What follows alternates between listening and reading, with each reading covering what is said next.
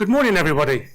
We've been here a couple of years. I think this year's been even better. It's been a fair bit of fun. I think one of the differences I found is that, I don't know why it's been, but there's been a lot more serious content this year. And we found, we're just outside there, as you can see, there's been a lot more decision makers. So it's been a lot more valuable. So I hope you get as much today and you get as much the last few days as I've done. As the cover slide tends to suggest, I'm going to spend the next 30 minutes or so talking about engaging with temporary workers.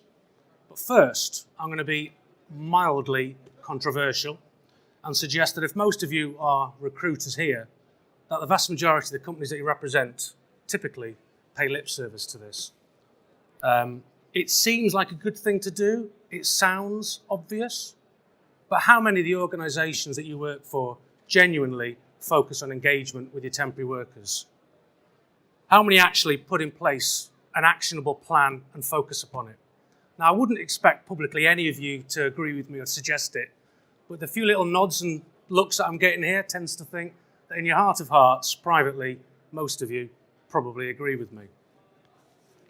And the reason for that is that we all tend to think short term. We're not playing the long game here. So, this is the boring bit. Who am I? Why am I qualified to stand here and talk to you about engagement with temporary workers? Don't hold it against me, but for my sins, I'm a chartered accountant by profession, but I get to an age now when I can just put 20 plus as opposed to the right amount of years. So I've spent most of my career in recruitment. I've done the big. I was MD at Reed. I've done the global. I was chief exec at Resource Solutions.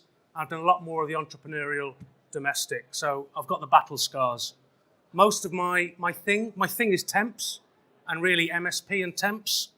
So I became a chartered manager because I really passionately believe in engagement with people and engagement with temporary workers in particular, because we just don't do it.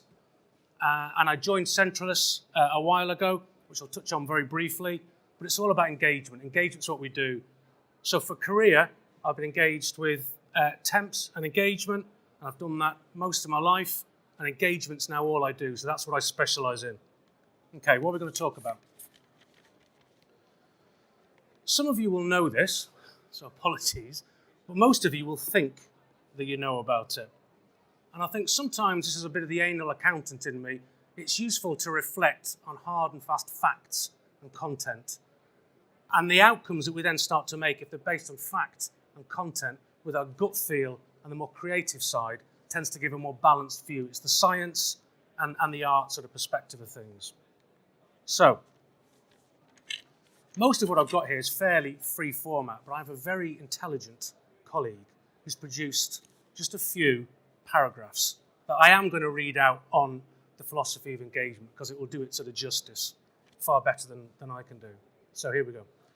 Good employers are keyed into the latest studies and trends that search for the elusive element that wins their employees' loyalty and determines that star quality that makes the real difference. I don't think any of us can argue with that. They understand that the foundation of good customer experience has long been identified as engaged employees. Well, that's not new. That's not a new concept. You go back 100 years ago, 150 years ago, you look at the Industrial Revolution. You think of all of the landowners and the industrialists. Well, some of the working conditions might have been a bit questionable. They all realised that employee well-being was critical. You know, they provided basic sanitation, they provided healthcare, they provided living accommodation, they provided clothing, they provided food. It's a question. When you think of that conceptually, have we actually regressed a little bit? You combine that with technology has impacted the way that we all communicate, and it's increased interactions. But ironically, it's chipped away at the fundamental human need for connection. Well, I can certainly relate to that. Our evolution is lagging behind our smart devices and office systems. We've become lazy. It's lazy communication. How many of us hide behind email and hide behind social media and interaction? You don't have to have a 15-year-old teenage daughter like I do to realise that everybody just walks around and thinks that they're engaging with people by sending emails or texts or whatever the hell it is that my daughter does on that phone. Like it or not, biology dictates employee needs and behaviour. People have emotional reactions that contribute to their decisions and actions. whether they are conscious of this in the moment or not.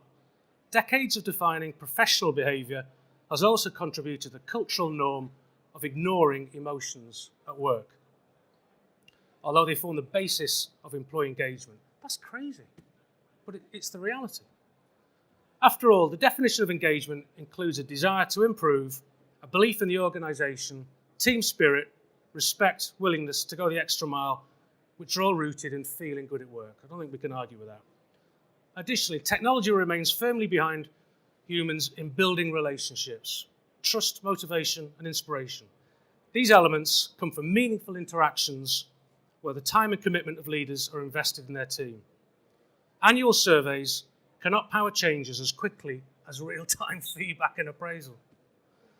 People spend nearly 40% of their day at work, a significant amount of time to repeatedly experience negative feelings unless we do something about it. Just think about that for a minute.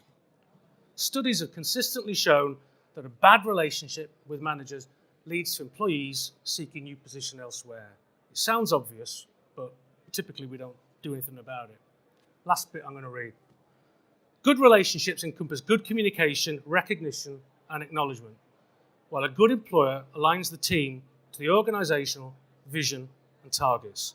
A great employer ensures that employees' voices are heard and their achievements are rewarded and their well-being is paramount. Think about that in relation to temporary workers. Think about that in relation to temps. So it's not rocket science. There's a need to control technology and not be lazy and to prioritise engagement. So I will touch on this very briefly. It's mainly for information purposes. We're led by Jonathan Beckerleg, who I think is around here somewhere. Jonathan is ex-president of the ACCA and was fundamental in the development of our unique model. We are employee engagement consultancies.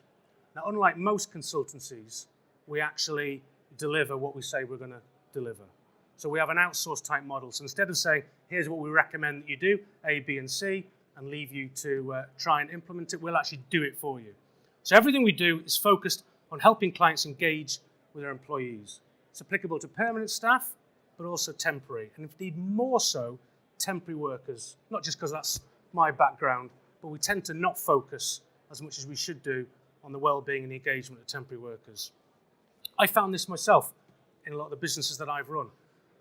It's very difficult to focus on clients, to focus on growth, profit, employees, temporary workers. By definition, you can't focus on all those things. So something's got to give, and what usually gives? Well, it's usually your staff, and more often than not, engagement with temporary employees. What we do is we try and fill that void for you, because you can't do everything. So we help you try and transform your business through engagement with your employees, and in particular your temporary workers. So, some of the facts that I talked about beforehand, just a little bit of reflection on the marketplace today. You can see here, these are statistics taken over the last year or so, and you can see that there's a massive current demand for labour across all sectors, in particular within construction, administrative, and support services. Some of you will have heard this beforehand. It's often said that the recruitment sector is a useful barometer for the economy, and I'm finding that a lot of the clients that we engage with in the recruitment sector are certainly experiencing significant growth. Now, I might say that's because we're helping them achieve that growth because they're working with us, but nonetheless, there's massive current demand across all market sectors, as you can see. Moving forward, and this is research that's looking at projections from Universities UK, and you can see again, going forward over the next 4 or 5 years, a significant demand across all job categories, across professional, management categories, across skilled and non-skilled. So going forward, there's massive demand. This is in the permanent market sector, which clearly has a big impact upon related demand for temporary labour. And you can see here some quotes from Kevin. There are both shortages in volume, in labour, and also skills. Now that makes your job really difficult when you've got increased demand in volume and the actual ability for the workforce to be able to do the job. So business is demanding more, but is actually demanding more of better. Now that ain't easy. When I go back to my job as a recruiter, that's very, very difficult. I'm sure you're all experiencing that, and that's why there's a need to try and think of things differently. We can't just go through more of the same. So let's just spend a little bit of time looking at the temporary workers. So you'll find this yourselves. It's important for us all to recognise and understand why people choose temporary work in order to attract the right individuals, to motivate them, to retain them, to keep them working for us as opposed to going to a competitor. Quite often, there are restrictions on benefits, on rewards and recognition, and general uncertainty around financial security around that. So there's some of the pains that you see in temporary workers, in particular, those temporary workers further down the pay scale. I spend a significant amount of my time working with recruiters to try and balance that and put in place strategies to take away some of those elements of pain. It's not all bad news, though. It's not all bad. Other influencing factors that we need to make sure that we've addressed and look at why people move into temporary work. Quite often, there's a lot of roles and vacancies that actually pay more in temporary assignments than permanent roles. So people can earn more in some areas, they get access to their funds more quickly, but also more and more there's clearly far greater flexibility in temporary work, both from a role and a lifestyle point of view. The other thing that we all need to make sure in running recruitment businesses, if there was only ever one process that we got right, what would it be? It's payroll. Whatever you do, you can't muck up payroll. And if we get information wrong and pay people incorrectly, they will fly. They will go somewhere else. Again, some independent stats just to back things up. We can see there's more and more people moving into temporary work. And you're telling us, over 2/3 of you are telling us that there's going to be significant growth this year and beyond. So there's more and more people moving into temporary work, and you're telling us exactly that. The Financial Times estimate that there's 1.6, I think the latest figures are estimated later on this year to be over 2 million people engaged in temporary work in the UK. So, on reflection, what does that mean? It means temporary work is growing. It's set to grow and continue to grow because the marketplace demands it, the economy is demanding it. The flip side of that is that workers now realise that. And they increasingly want more and more, not just financial terms, they don't just want more money, but they want more control and more respect. There's a need to think about things as recruiters very, very differently. So here's some thoughts on that, about how to engage with your workplace that much more effectively. So, this is independent research. I'll come on to some of my thoughts and experiences in a few minutes, but again, it's good to have a look at some of the hard work that other people have engaged in. What do temps want out of an employment agency? Well, you can see that they want more and increased employment rights and parity. They want good, genuine reward and recognition programs. Not just people paying lip service to it, actual hard and fast, people not being lazy, taking the time to appraise, reward, help people through. They want proper professional development to help them grow into their own career aspirations. Not just an online tutorial now and then, but bespoke packages that actually help what they want to try and achieve. They want support from the agency.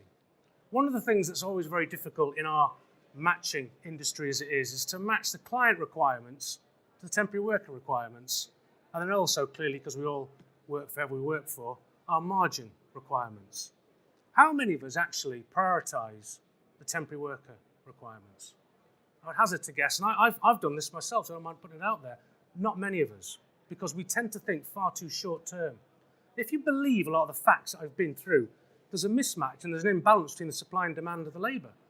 So if you genuinely were looking at a long-term view and genuinely looking at how you wanted to run your business, you'd think slightly differently and you'd start to prioritise the needs of the temporary worker slightly over your own margin aspirations in the short term and potentially your client requirements. Because as we saw, there's massive demand for jobs. There's not enough individuals. So why wouldn't we think slightly differently? It's all about engagement, surprisingly enough. They're the very basics. If we don't get those sorts of things right, then, well, we'll start to look for another job. So, some of my thoughts. Here's what I would do.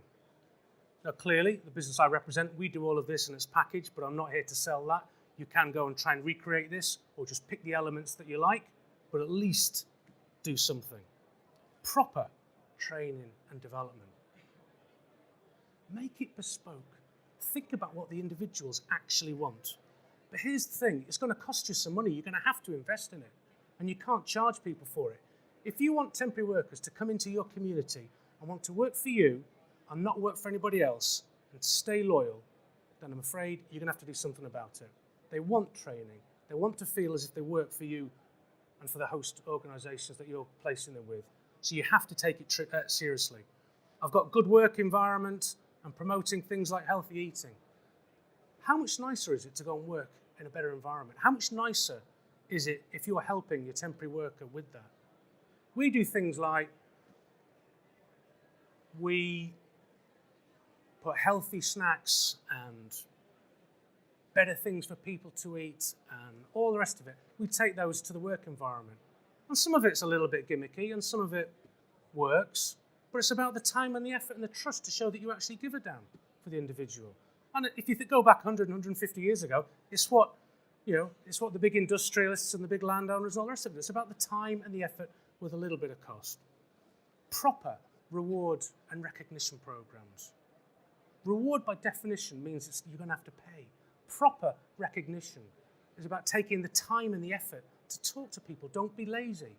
Put in place a proper reward and recognition program, make it actionable, and make your temporary consultants physically engage with the workers and do something about it. On the financial side of things, you look at something as simple as, say, a workplace pension. It costs you a small fortune, and yet none of your temporary workers will attribute any value to it at all. Regardless of whether they're opted in or opted out, the engagement process will be next to nothing. They'll probably get an annual paper-based statement that'll say, Dave, you saved next to nothing last year, and you'll get access to it in whenever. And yet it's cost you money, you're contributing to it. Because there's no engagement, it's costing you money, temporary worker, what's the point? It's just a cost to you and you're not getting any benefit from it at all. This is where a clever use of technology with the right engagement, you can really leverage the investment that you've already made. Benefits. None of us think about providing comprehensive benefits for temporary workers. How nice would it be if you were able to provide for your temporary worker a doctor on the end of the phone, a proper GP? I live in Newbury and I can't get to see a doctor for 2 weeks unless they say, is it an emergency? Well, no, it's not an emergency, but I could do with seeing somebody, otherwise it might become an emergency. You just can't get enough support. How nice would it be for your worker to be able to get access to, within 24 hours, an appointment on the phone, video conference with a proper GP? How nice would it be for you to provide them with a service they could get thousands of pounds worth of retail discounts? How nice would it be for you to be able to provide to them counselling services and package all of that up? How do you think that would differentiate what you do compared to everybody else? That's what proper engagement is about. You have to take a long-term view and put time, effort, and stuff. You've got to get stuff. People want stuff. It's got to be long-term. Temps, they don't want fluff and talk. They want stuff. Not fluff, they want stuff. They want things. They want to see that you give a damn and that you've put the time and the effort to think about what they want and do something different. Make it real. The temporary worker realises now this imbalance in the workplace, that they're valuable. They want to be looked after and they'll stay. But it's got to be real. It's got to exist. It's got to be tangible. It can't just be chat. Unsurprisingly, we've put a fair bit of time, effort and resource into what looks to be quite complex, but in trying to fill a lot of these gaps for you. I'm not here to sell or to say, come to us, we'll fix everything for you. You can take some of those thoughts and things and you can recreate themselves and you can do it yourselves. But trust me, if you're genuinely taking a long-term view about how you want to run your business, you will take some of this seriously. This model is genuinely unique in the Oxford English Dictionary sense that nobody else does it. We can work with you. It's cost neutral. So if you did all the things that I talk about, you're probably sitting there thinking, I like the idea of that. That sounds good. I don't like the idea of going to my finance director or managing director and thinking that's going to cost us a few £100,000. So because you come to an expert, we make sure that we do that. We do it in a cost-neutral way for you. That has huge value implications for how you drive your business. And it can have a significant financial impact on how you run your business. And that's why, one of the things I said earlier on, I don't take it lightly, taking this long-term view will have a transformational effect upon how you run your business. I mean, genuinely transformational. I tried not to go on and on, because I can do and leave a little bit of time if anybody's got any sort of queries and questions. But essentially, when you look at the facts, there's an imbalance in the marketplace. There's massive demand for workers. There's going to continue to be massive demand for workers. We all take a short-term view because we're cash hungry, profit-driven. But if you truly want to buy in to how you run your business, you've got to think long-term, and that means thinking slightly differently. Please just take heed of some of those things. I thank you for all of your time. Given up a fair bit of time here. I'm around for the rest of the day. If any of you want to learn a little bit more about how we could help, then we're at the fancy looking stand just at the end there. I look forward to talking to you soon. Take care. Bye now.